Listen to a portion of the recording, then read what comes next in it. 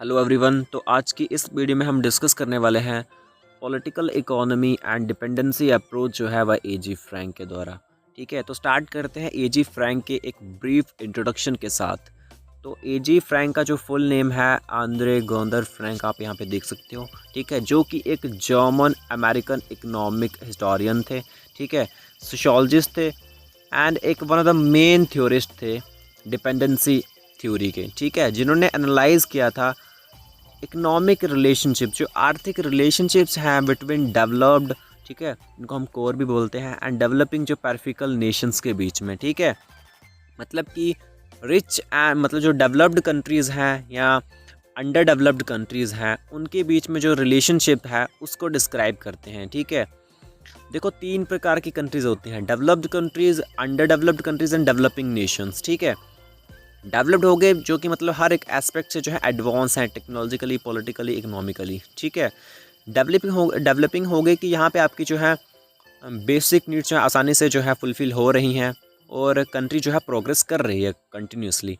और under developed हो गई कि वहाँ पे मतलब जो आपकी बेसिक नीड्स हैं, मतलब आपकी बेसिक नीड्स फुलफ़िल नहीं हो पाती हैं एक तरह से। ठीक है, और कंट्री जो है बहुत वीक है इकोनॉमिकली भी, जिसकी वजह और इन कंट्रीज़ को जो है डेवलप्ड नेशंस के द्वारा जो है एक्सप्लॉइट किया जाता है इनके मेनली इनके नेचुरल रिसोर्सेज को। ठीक है, नेक्स्ट है इनके आइडियाज़ जो है वो सिग्निफिकेंटली कंट्रीब्यूट करते हैं पॉलिटिकल इकोनॉमिक अप्रोच के लिए। ठीक है, मतलब इनके जो आइडियाज़ बहुत इफेक्टिव हैं इस पॉलिटिकल इकोनॉमी अप्रोच के ऊपर। क्लियर, पर्टिकुलरली इस एस्पेक्ट में भी कैसे जो हिस्टोरिकल स्ट्रक्चर्स हैं कैपिटलिज्म के वो शेप करते हैं ग्लोबल इनइक्वालिटीज़ में। ठीक है, कैसे जो है मतलब पुअर कंट्रीज़ को जो एक्सप्लॉइट करते हैं, समझते हो। ठीक है, इस कॉन्सेप्ट के ऊपर जो है मेनली जो है एम्फसाइज करते हैं एजी फ्रैंक। ठीक है, नेक्स्ट बात करते हैं अब introduction to political economy, means कि पॉलिटिकल इकोनॉमी जो है वो क्या होती है। तो पॉलिटिकल इकोनॉमी एक स्टडी होती है कि कैसे जो है इकोनॉमिक थ्योरीज़ या कोई भी मतलब इकोनॉमिक जो लॉज हैं, पॉलिसीज़ हैं, वो कैसे क्रिएट की जाती हैं, कैसे शेप होती हैं पॉलिटिकल फोर्सेस के थ्रू। ठीक है, और ये जो है पॉलिटिकल इकोनॉमी एग्जामिन करती है, डिस्क्राइब करती है relationship between state and economy के बीच में। मींस कि स्टेट का क्या रोल है इकोनॉमी में। जैसे कि स्टेट्स जो है कुछ रूल्स को सेट करती है, ठीक है, लेबर लॉज के लिए आपको पता है। ठीक है, इन्वायरमेंटल रूल्स जो है कुछ सेट करते हैं ताकि इंश्योर किया जाए फेयर प्रैक्टिसेस को। ठीक है, तो इस रिलेशनशिप को जो है डिस्क्राइब करती है पॉलिटिकल इकोनॉमी। नेक्स्ट है कैपिटलिज्म एंड डेवलपमेंट, मीन्स कि कैपिटलिज्म का कैसे मतलब कंट्रीब्यूट करता है इस डेवलपमेंट के प्रोसेस को शेप करने में। ठीक है, बोथ पॉजिटिवली एंड नेगेटिवली, हर एक एस्पेक्ट, दोनों एस्पेक्ट से। ठीक है, पॉजिटिवली बात करें तो ये जो है इन्वेस्टमेंट्स के लिए, इनोवेशंस के लिए एंड ग्रोथ मतलब इससे होती है कैपिटलिज्म के थ्रू। लेकिन on the other hand also lead करता है, आपको पता है इनइक्वालिटीज़ इससे जो है क्रिएट होती हैं, एक्सप्लॉयटेशन होती है। ठीक है, नेचुरल रिसोर्सेज की, स्पेशली बात करें पुअर नेशंस की। तो इस तरह की रिलेशनशिप को जो है मतलब इस तरह इसकी स्टडी करती है पॉलिटिकल इकोनॉमी। ठीक है, नेक्स्ट है global economic structures and inequality. Global economic structures या इंस्टीट्यूशंस आपको पता ही है, जैसे कि IMF हो गया, वर्ल्ड बैंक हो गया, इनका क्या रोल रहता है। ठीक है, डेवलपमेंट में, और साथ में वही है कैपिटलिज्म के साथ ही कि दोनों एस्पेक्ट में एक तरफ तो इकोनॉमिक डेवलपमेंट होती है बट दूसरी तरफ जो है एक्सप्लॉइट किया जाता है पुअर नेशंस को, जिससे जो है इकोनॉमिक इनइक्वालिटी आ जाती है। ठीक है, तो फ्रैंक का जो पॉलिटिकल इकोनॉमी जो मतलब थ्योरी है, जो अप्रोच है, वो मार्क्सिस्ट की तरह है। ठीक है, मार्क्सिस्ट की पॉलिटिकल इकोनॉमी की तरह है। यहाँ पे जो है वो क्रिटिसाइज करते हैं कैपिटलिज्म को और इसके रोल को अंडर डेवलपमेंट में। ठीक है, पुअर नेशंस के अंडर डेवलपमेंट में। नेक्स्ट बात करते हैं अब dependency theory and AG Frank. ठीक है, तो फ्रैंक की जो डिपेंडेंसी थ्योरी है वो चैलेंज करती है जो मॉडर्नाइजेशन थ्योरीज़ हैं, ये कहते हुए कि सभी कंट्रीज़ जो हैं वो डेवलप हुई सिमिलर स्टेजेस से, मतलब सभी कंट्रीज जो है वो एक ही स्टेज से जो है डेवलप होती हैं। ठीक है, नेक्स्ट आप यहाँ पे देख सकते हो, वो आर्ग्यू करते हैं कि अंडर डेवलपमेंट जो है एक कंट्री की वो कोई नेचुरल स्टेज नहीं है, मतलब कोई गॉड की बनाई हुई कोई स्टेज नहीं है, कोई नेचुरल स्टेज नहीं है, बट जो हिस्टोरिकल एक्सप्लोटेशन की गई है डेवलप्ड नेशंस के द्वारा डेवलपिंग नेशंस की ओर, वो जो है इसका रिजल्ट है। ठीक है, मतलब कोई नेचुरल स्टेज नहीं है। जो हमारी हिस्ट्री से मतलब जो एक स्ट्रॉन्ग नेशन होता है, एक वीक होता है। ठीक है, और स्ट्रॉन्ग जो है वीक को एक्सप्लॉइट करता है, वहीं से प्रोसेस जो है चलता आ रहा है। हिस्टोरिकल एक्सप्लोटेशन इसको इसलिए माना है उन्होंने। ठीक है, नेक्स्ट है जो कैपिटलिस्ट सिस्टम है वो स्ट्रक्चर्ड है बेनिफिट करने के लिए कोर नेशंस को, मीन्स कि जो डेवलप्ड नेशंस हैं, स्ट्रॉन्ग कंट्रीज़ जो हैं, उनको बेनिफिट करता है कैपिटलिस्ट सिस्टम। ठीक है, जी फ्रैंक कह रहे हैं। ठीक है, और दूसरी तरफ जो पैरिफेरल कंट्रीज़ हैं उनको जो है डिपेंड होना पड़ता है कोर नेशंस के ऊपर। ठीक है, कैसे डिपेंड होना पड़ता है, किस वे में डिपेंड होना पड़ता है, ठीक है, उसको आप नेक्स्ट हम इसको समझेंगे। ठीक है, नेक्स्ट इकोनॉमिक सरप्लस जो है वो ड्रेन की जाती है पुअर नेशन से। ठीक है, सरप्लस वैल्यू है उसको ड्रेन किया जाता है पुअर नेशंस के द्वारा रिच नेशंस की ओर। ठीक है, ताकि जो फॉर्मर है उनको स्टेट ऑफ पॉवर्टी, उनको मतलब गरीबी में रखा जाए, पॉवर्टी में रखा जाए। ठीक है, कैसे ड्रेन की जाती है नेक्स्ट आप हम इसको समझेंगे। ठीक है, दैन ये जो थ्योरी है इसको जो है डेवलप किया गया W.रुस्तोव के द्वारा। ठीक है, स्टेजेस ऑफ इकोनॉमिक ग्रोथ में यहाँ पे उन्होंने सजेस्ट किया कि सभी कंट्रीज़ जो हैं वो डेवलपमेंट को अचीव कर सकती हैं फॉलो करके वेस्टर्न मॉडल्स को। ठीक है, अब बात करते हैं मेन कॉन्सेप्ट की। तो यहाँ पे है की कॉन्सेप्ट्स क्या है फ्रैंक की डिपेंडेंसी थ्योरी के। ठीक है, तो सबसे पहले यहाँ पे आप देख सकते हो the development of under development 1966। तो फ्रैंक का जो है एक सेमिनल वर्क है the development of under development. ठीक है, जिसमें वो आर्ग्यू करते हैं कि अंडर डेवलपमेंट जो है ग्लोबल साउथ में, ठीक है, मोस्टली जो वेस्टर्न कंट्रीज़ है वो डेवलप्ड हैं, साउथ में जो कंट्रीज़ है वो थोड़ी वीक हैं।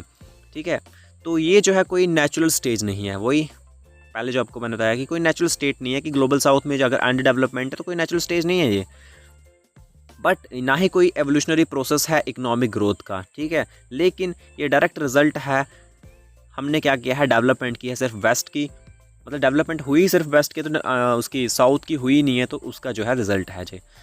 नेक्स्ट है कि एजी फ्रैंक के अकॉर्डिंग जो वेल्थ है कोर कंट्रीज़ की, इसकी जो स्ट्रॉन्ग नेशंस की, जैसे यूरोप हो गया, नॉर्थ अमेरिका हो गया, इनकी वेल्थ जो है बिल्ट हुई थी, क्रिएट हुई थी एक्सप्लॉइट करके पैरिफेरल, मतलब पुअर नेशंस को एक्सप्लॉइट करके ही जो है इनकी वेल्थ जो है क्रिएट हुई थी। ठीक है, पर्टिकुलरली कॉलोनियलिज्म के थ्रू। ठीक है, कंट्री के ऊपर राज करके। ठीक है, जब एक स्ट्रॉन्ग कंट्री। ठीक है, देन एम्पीरियलिज्म वही है कि जब एक स्ट्रॉन्ग कंट्री जो है एक वीक कंट्री को अपने अंडर कर लेती है। ठीक है, अपने कब्जे में कर लेती है। तो ये इस एक्सप्लोटेशन ने क्या किया, एक्सट्रैक्शन की रिसोर्सेज की। ठीक है, चीप लेबर की एंड वेल्थ की, कहाँ से, पैरिफेरी मीन्स की पुअर नेशन से। इस चीज़ को इंश्योर करते हैं कि जो ग्लोबल इकोनॉमिक सिस्टम है वो अनइक्वल रहे। ठीक है, नेक्स्ट है फ्रैंक ने फेमसली कहा था कि जो अंडर डेवलपमेंट है वो रिजल्ट ऑफ नॉन डेवलपमेंट, मतलब कि जो अंडर डेवलपमेंट है वो नॉन डेवलपमेंट का रिजल्ट नहीं है, but rather the result of development itself. इसका मतलब ये नहीं कि अंडर डेवलपमेंट जो है मतलब वहाँ पे डेवलपमेंट हो ही नहीं सकती है। ठीक है, ऐसा कोई कॉन्सेप्ट नहीं है, बट मतलब रिजल्ट ये है कि हमने उसकी डेवलपमेंट अभी हुई नहीं है।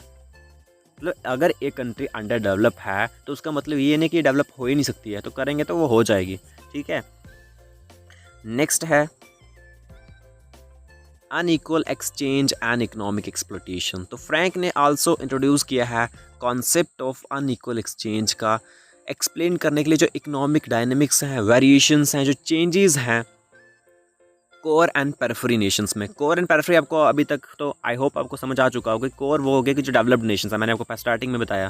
पेरिफेरी वो हो गए वो पुअर नेशंस हैं, जो वीक नेशंस हैं। ठीक है, तो इस ग्लोबल सिस्टम में जो पेरिफेरल कंट्रीज़ हैं, मीन्स कि जो पुअर नेशंस हैं, वो एक्सपोर्ट करते हैं रॉ मटेरियल्स को। ठीक है, लो प्राइस में, मतलब किसी भी प्रोडक्ट को जो है, किसी भी मटेरियल को जो है वो एक्सपोर्ट किया जाता है पुअर नेशंस के द्वारा डेवलप की ओर। ठीक है, और जो पुअर कंट्रीज़ होती हैं दूसरी तरफ वो एक्सपोर्ट करती हैं उसी प्रोडक्ट को फिनिश करके एक हाई प्राइसेस पे, जिसकी वजह से क्या होता है, ट्रांसफ़र होती है वैल्यू की पेरिफेरी नेशन से कोर की ओर, जिससे जो इकोनॉमिक इनइक्वालिटी जो है वो इंक्रीज़ होती है।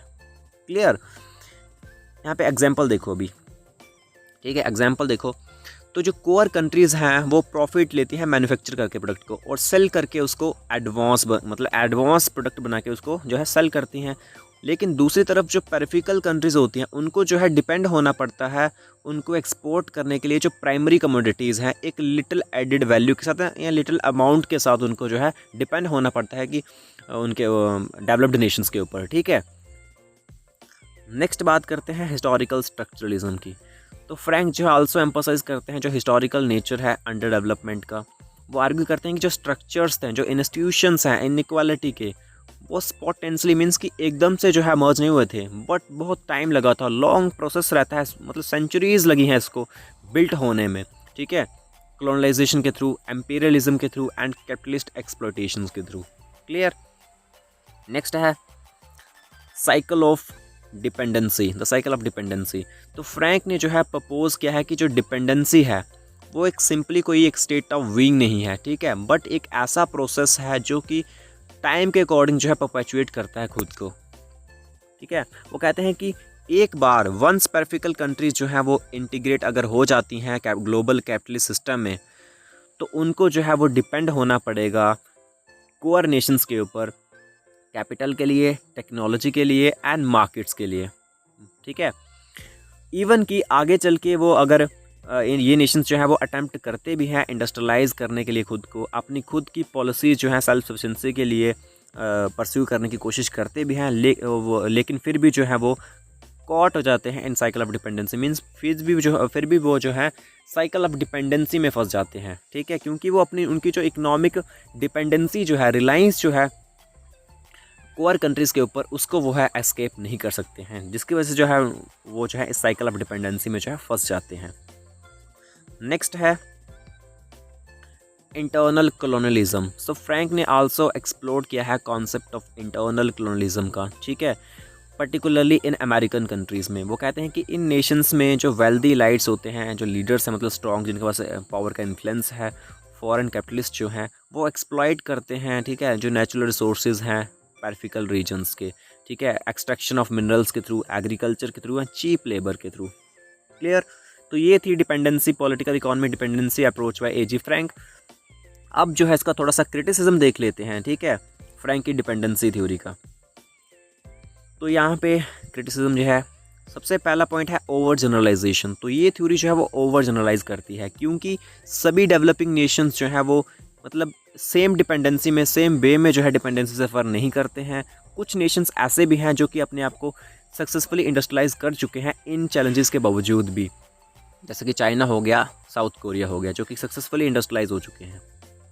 नेक्स्ट है इग्नोर्स इंटरनल फैक्टर्स। तो सेकंड क्रिटिसिज्म इस थ्योरी का ये रहता है कि ये इंटरनल फैक्टर्स को इग्नोर करती है। ये कहते हैं कि जो डेवलप्ड नेशंस है वो एक्सप्लॉइट करते हैं, लेकिन यहाँ पे कुछ एक कंट्री जो है, नेशन जो है, उसकी खुद की अगर कुछ मतलब प्रॉब्लम्स हैं, जैसे कि करप्शन हो गया, पुअर गवर्नेंस है, इनएफिशिएंट इकोनॉमिक पॉलिसीज़ हैं, तो ये आल्सो कंट्रीब्यूट करती हैं अंडर डेवलपमेंट के लिए, ठीक है, जो कि ये थ्योरी जो है इग्नोर करती है, ठीक है। नेक्स्ट यहाँ पे आप देख सकते हो थर्ड पॉइंट जो है, fails to explain growth in some nations. तो ये थ्योरी जो है आल्सो फेल है, मतलब इस वे में फेलियर है एक्सप्लेन करने के लिए जो ग्रोथ है कुछ नेशंस में इन चैलेंजेस के बावजूद भी। बात करें ईस्ट एशियन कंट्रीज़ की, जैसे कि साउथ कोरिया हो गया, ताइवान है, सिंगापुर है, वो डेवलप हो चुके हैं हिस्टोरिकल डिपेंडेंसी के बावजूद भी, मतलब इन चैलेंजेस को फेस करके भी जो है डेवलप हो चुके हैं, जो कि इस चीज़ को शो करता है कि जो इंटरनल पॉलिसीज़ अगर आपकी बेस्ट हैं, अगर आपके पास एफिशिएंट इकोनॉमिक पॉलिसीज़ हैं, मतलब करप्शन जो है बिल्कुल आप स्ट्रिक्टली बैन करते हो, ठीक है, आपकी गवर्नेंस पे एफिशिएंट गवर्नेंस आपके पास है, तो ये चीज़ जो है वो कंट्रीब्यूट करेगी, ड्राइव करेगी डेवलपमेंट को। Clear. Next fourth point you can see here, neglects local capitalism. तो कुछ नेशंस जो हैं वो स्ट्रॉन्ग, मतलब उनकी जो है स्ट्रॉन्ग डोमेस्टिक इंडस्ट्रीज़ होती हैं, इकोनॉमिक पॉलिसीज़ होती हैं, ठीक है, स्ट्रॉन्ग लीडर्स होते हैं, जो कि इस आइडिया को चैलेंज करता है कि सभी जो है डिपेंडेंट हैं, ठीक है, क्योंकि ये जो थ्योरी है डिपेंडेंसीज का, ये कहना है कि सभी जो नेशंस हैं, पुअर नेशंस स्पेशली बात करें, अंडर डेवलप्ड जो हैं, डेवलपिंग जो हैं, वो डिपेंडेंट हैं सभी, लेकिन कुछ नेशंस ऐसे होते हैं उनकी मतलब खुद की बहुत स्ट्रॉन्ग पॉलिसीज़ होती हैं, जो कि इस आइडिया को चैलेंज करता है कि सभी जो है डिपेंडेंट है। तो मीन्स कि लोकल कैपिटलिज्म को जो है नेग्लेक्ट करती है थ्योरी। नेक्स्ट है conclusion, you can see here. So Frank की डिपेंडेंसी अप्रोच जो है वो एक पावरफुल क्रिटिक जो है ग्लोबल कैपिटलिज्म का प्रोवाइड करती है, ठीक है, और एक्सप्लेन करती है कैसे जो हिस्टोरिकल एक्सप्लोटेशन जो है वो कंटिन्यू करती है आज की डेट में भी इनइक्वालिटीज़ को, स्पेशली इकोनॉमिक इनइक्वालिटीज़ को शेप करने में, ठीक है। तो क्रिटिसिज्म के बावजूद जो फ्रैंक के जो आइडियाज़ हैं, उनके जो थॉट हैं, वो कंटिन्यू करते हैं इन्फ्लुएंस करने के लिए स्कॉलर्स को, पॉलिसी मेकर्स को, एक्टिविस्ट्स के, जो कि स्ट्रांगली एडवोकेट करते हैं इकोनॉमिक सेल्फ रिलायंस, मतलब खुद की इकोनॉमिक अपनी एक मतलब नेशन जो है इकोनॉमिक इंडिपेंडेंट हो, फेयर ट्रेड हो एंड अल्टरनेटिव डेवलपमेंट मॉडल्स हो फॉर ग्लोबल साउथ के लिए, ठीक है। तो इसी डिपेंडेंसी के थ्योरी के साथ ही आपका जो फर्स्ट यूनिट था कंपैरेटिव पॉलिटिक्स का वो कंप्लीट हो चुका है। नेक्स्ट हम स्टार्ट करेंगे कंपैरेटिव पॉलिटिक्स का सेकंड यूनिट, या तो स्टार्ट करेंगे इंडियन पॉलिटिकल थॉट का first unit. Okay, thank you, thanks for watching.